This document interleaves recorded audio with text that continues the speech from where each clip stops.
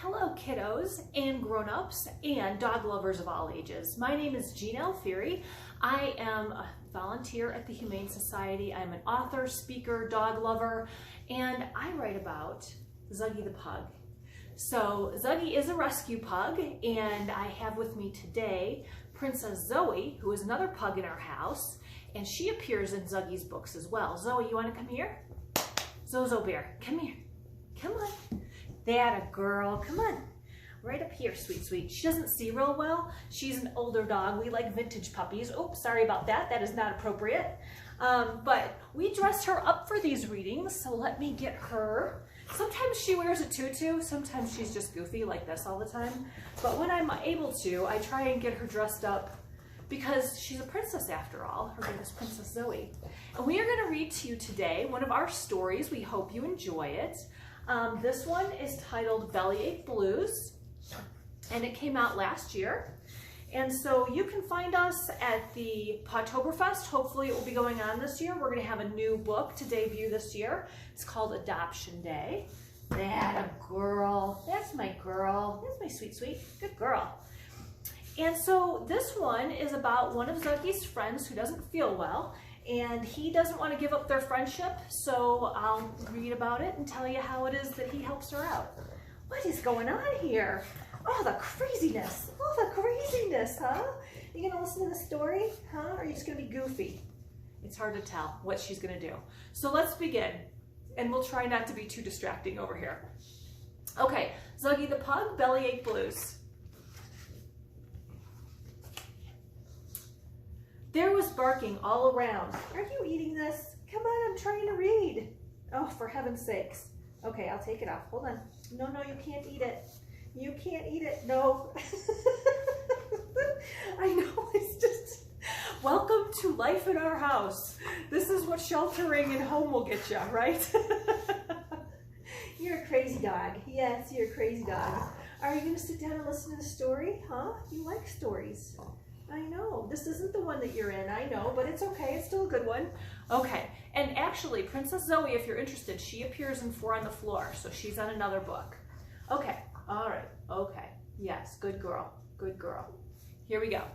We're going to try this again from the top, okay, since I only got one line out in the first place. Good girl. I know. There was barking all around. The news was very sad. A little dog named Poppy, she was feeling worse than bad. Zuggy liked Poppy. Their humans were friends. He and Mom would stop by to check in now and then. Poppy lay on her pillow. She opened one eye. How are you? Asked Zuggy. A groan was her reply. Poppy mumbled weakly, I think that I might die. My belly hurts so bad. She began to cry.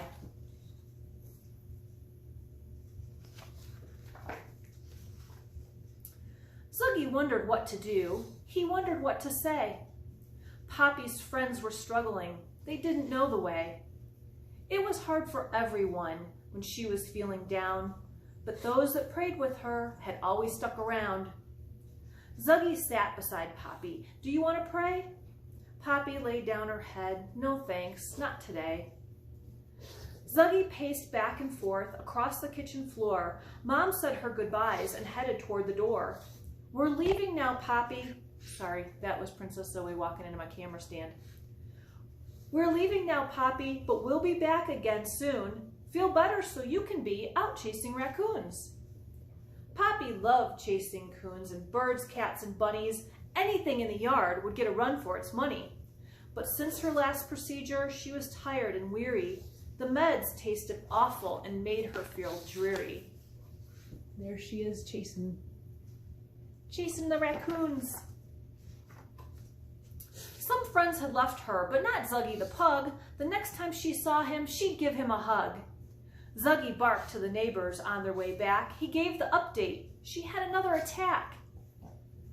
Poppy is always sick, he heard one dog say. I don't know why her humans don't give her away. Zuggy growled and thought, I've heard this before. That dog is so wrong. He refused to hear more. There he is giving the update. Instead, he sent a message to her good friend, Maggie Sue. Remember when you lost your bone and Poppy found it for you?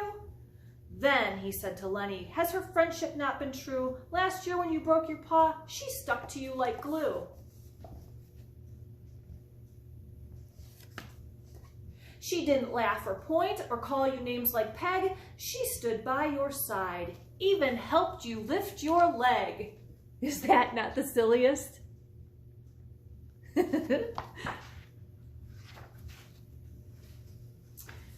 Zuggy reminded Duke, when you were new in town, Poppy was your friend and showed you all around.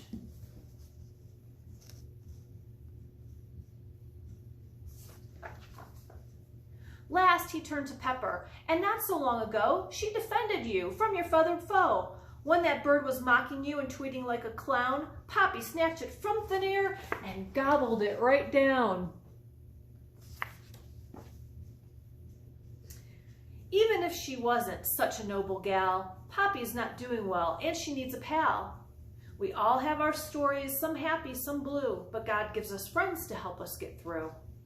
Everyone agreed there'd be no delay. They'd gather gifts for Poppy and go the next day. They dug up spring flowers from Zuggy's front yard, blew up balloons, and made a paw-printed card.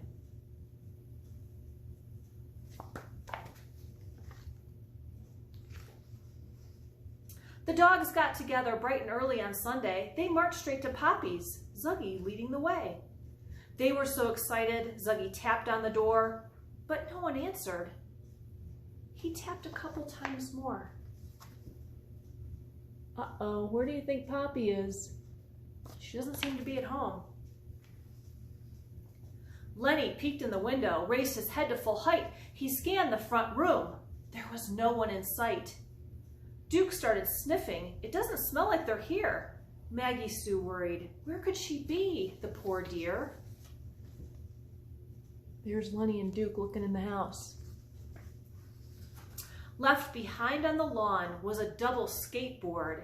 What luck, Zuggy smiled. I think we just scored. Dogs are not made to skate, Lenny shifted away. Zuggy comforted his friends. Well, we are today. Let's go, said Zuggy. The pack followed his lead. Piled up on that skateboard, they raced with great speed. Down the sidewalk and streets heading due north, through a flurry of traffic, they weaved back and forth. Hang on, Zuggy warned, as they took a wide turn. Woohoo, shouted Pepper, as skate wheels churned. There they are.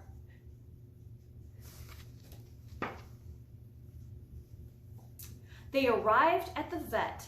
Mom was already there. She whispered to Zuggy, she's in critical care. Poppy's human got up from the hard wooden chair. She paced back and forth, raked her hands through her hair. They all sat and waited for Poppy to come out. Would she be okay? There was an unsettling doubt. Poppy's human and Mom held hands as they prayed, please hear us, dear Lord. Let Poppy be okay.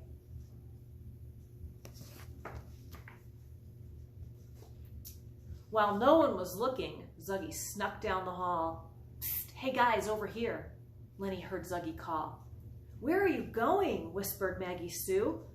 Let's go look for Poppy. I hear she's in room 2. But we can't read numbers, Duke lowered his snout. No problem, said Zuggy. That's how you'll help us out. Just use your big sniffer and there won't be a fuss. We'll be back in the lobby before they miss us. Over here, said Big Duke. They all gathered to see. I'm so nervous, said Lenny. I need to go pee. Zuggy pushed on the door. It opened with a creak, just a few inches, so they could all get a peek.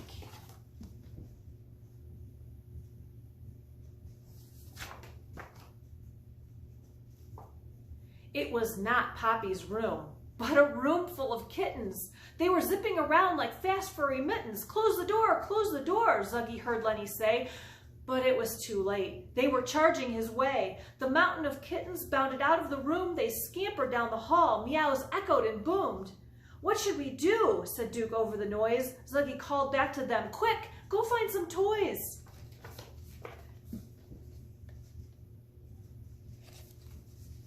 Maggie Sue was on it. She found jingle bells. Let's get them collected before anyone can tell.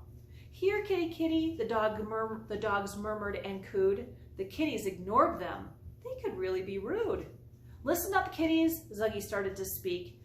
"We're going to play a game of hide and go seek." That got their attention. They all gathered round, and we have one dog that can never be found.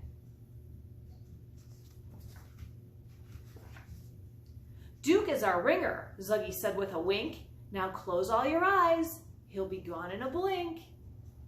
"Duke is so big, we'll find him with ease." "Don't argue," said Zuggy. "Just close your eyes, please."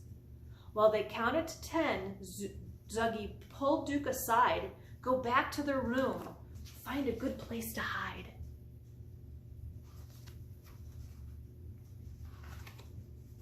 As they wandered back in, Maggie Sue gave them treats and finally found Duke and had plenty to eat.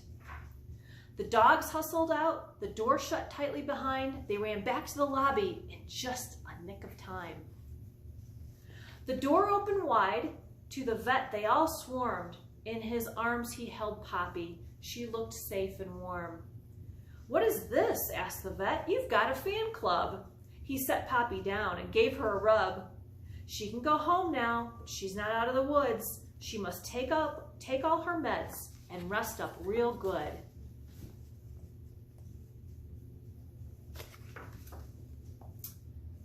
To see all her friends made Poppy so happy. She hugged everyone, even though that seemed sappy.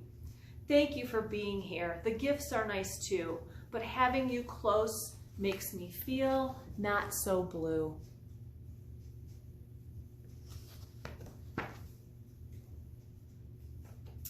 "We're glad you feel better. Let's get out of this place." They escorted her out with a smile on her face. "The love of a friend is a truly great gift. God sends us special angels to give us a lift." And there they go, going home with Poppy. So that's the end of the story today. I hope you enjoyed it, and I hope to see you soon. Take care, stay healthy and well, everyone. Bye-bye.